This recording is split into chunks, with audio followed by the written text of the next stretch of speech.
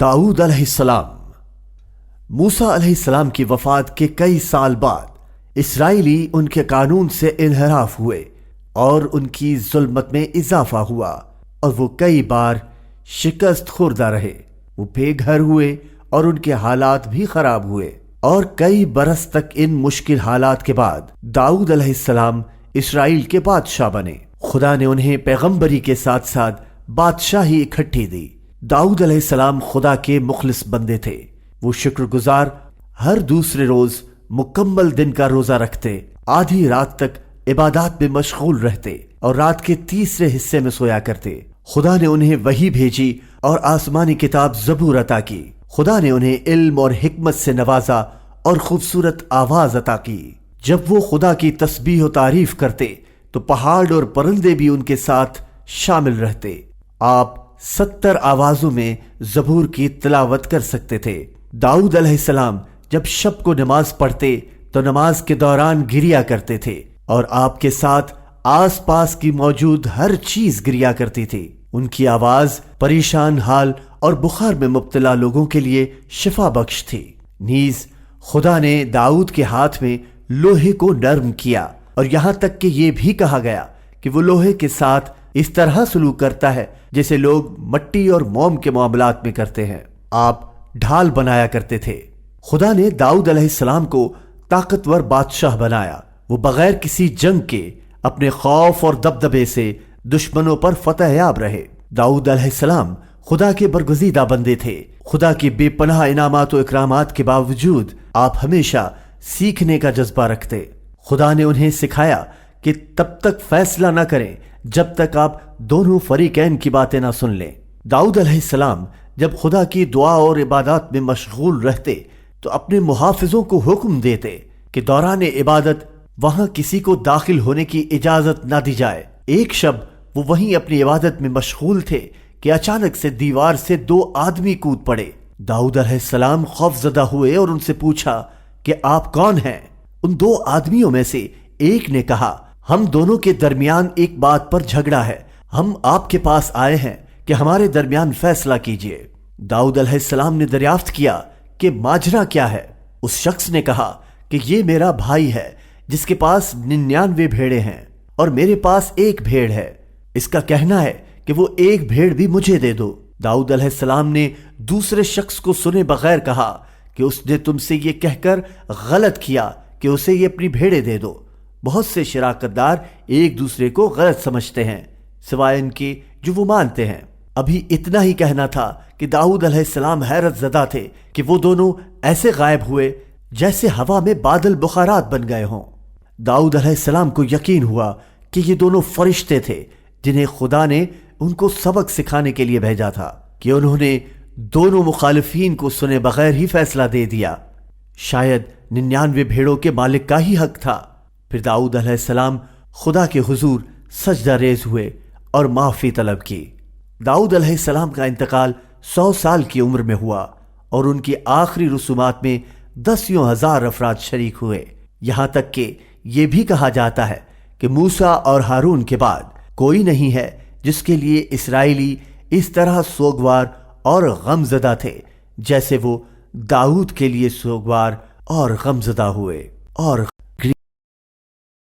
وَهَلْ أَتَاكَ نَبَأُ الْخَصْمِ إِذْ تَسَوَّرُوا الْمِحْرَابَ إِذْ دَخَلُوا عَلَى دَاوُودَ فَفَزِعَ مِنْهُمْ قَالُوا لَا تَخَفْ خَصْمَانِ بَغَى بَعْضُنَا عَلَى بَعْضٍ فاحكم بيننا بالحق ولا تشطط واهدنا إلى سواء الصراط إن هذا أخي له 99 نعجة ولي نعجة واحدة فقال أكفلنيها وعزني في الخطاب قال لقد ظلمك بسؤال نعجتك إلى نعاجه وإن كثيرا من الخلطاء ليبغي بعضهم على بعض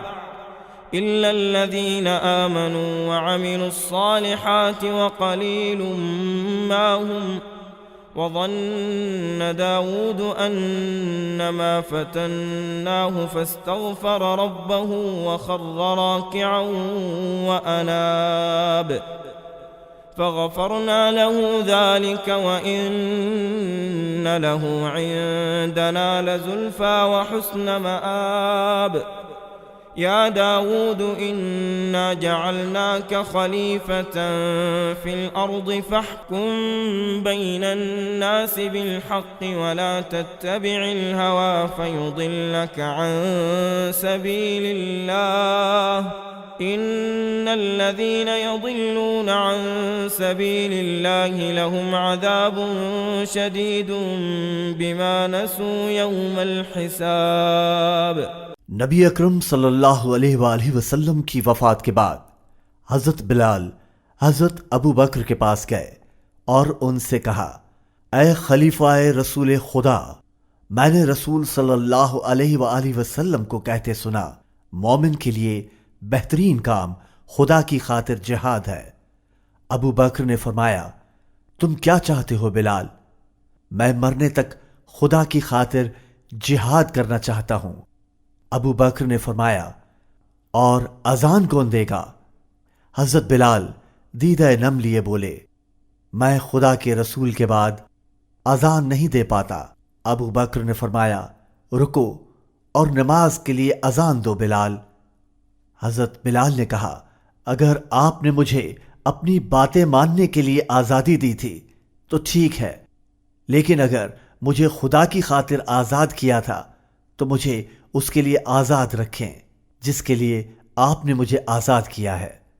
ابو بکر نے کہا، میں نے تمہیں خدا کی خوشنودی کے لیے آزاد کر دیا، اے بلال جہاں چاہو وہاں جاؤ۔ بلال نے الشام کا سفر کیا جہاں وہ مجاہدین کے ساتھ رہا۔ رسول خدا کی وفات کے بعد بلال مدینہ منورہ میں قیام نہ رکھ سکے۔ جب بھی وہ نماز کے لیے پکارتے اور کہتے کہ میں گواہی دیتا ہوں کہ محمد اللہ کے رسول ہیں، وہیں غم اور افسردگی سے ان کی آواز گھٹ جاتی۔ اسی لیے وہ الشام کو گئے اور مجاہدین میں شامل ہوئے۔ کچھ برس بعد بلال نے حضور اکرم صلی اللہ علیہ وآلہ وسلم کو اپنے خواب میں دیکھا۔ انہوں نے کہا، اے بلال، یہ کیا سرکشی ہے؟ کیا اب بھی ہم سے ملنے کا وقت نہ آیا؟ بلال کا یہ سننا تھا کہ مدینے کے سفر کے لیے نکل پڑے۔ آپ صلی اللہ علیہ وآلہ وسلم کی قبر اطہر پر تشریف لے گئے اور اس وقت بھی غم سے نڈھال تھے۔ چنانچہ حضرت حسن اور حضرت حسین ان کے پاس آئے۔ آپ نے انہیں چوما اور گلے لگایا اور فرمایا، ہم چاہتے ہیں کہ آپ فجر کی اذان دیں۔ چنانچہ بلال مسجد کی چھت پر گئے اور جب انہوں نے کہا، اللہ اکبر اللہ اکبر، مدینہ لرز اٹھا، اور جب کہا اشہد ان لا الہ الا اللہ، مدینہ اور بھی لرز اٹھا، اور جب انہوں نے کہا اشہد ان محمد رسول اللہ، تو خواتین اپنے کمرے سے باہر آئیں۔ اس دن سے پہلے کبھی اس طرح خواتین اور مردوں کو روتے نہ دیکھا۔ چنانچہ مسلمانوں نے ابو بکر سے استدعا کی کہ بلال کو اذان کے لیے مامور کریں۔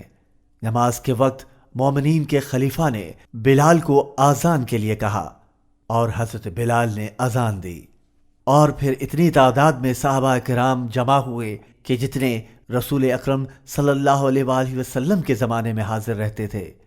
جب حضرت بلال اذان دے رہے تھے، صحابہ کرام زارو قطار رو رہے تھے، اور ان میں علی بن ابو طالب سب سے زیادہ رو رہے تھے۔ حضرت بلال کی وفات پر ان کی اہلیہ زار و قطار گریا کر رہی تھی۔ تب انہوں نے کہا، مت رو، کل ہم اپنے پیاروں محمد صلی اللہ علیہ وآلہ وسلم اور ان کے ساتھیوں سے ملیں گے۔ محمد رسول اللہ والذین معه اشداء علی الكفار رحماء بینہم تراهم ركعا سجدا يبتغون فضلا من الله ورضوانا سيماهم في وجوههم من أثر السجود ذلك مثلهم في التوراة ومثلهم في الإنجيل كزرع أخرج شطأه فآزره فاستغلظ فاستوى على سوقه يعجب الزراع ليغيظ بهم الكفار وعد الله الذين آمنوا وعملوا الصالحات منهم مغفرة وأجرا عظيما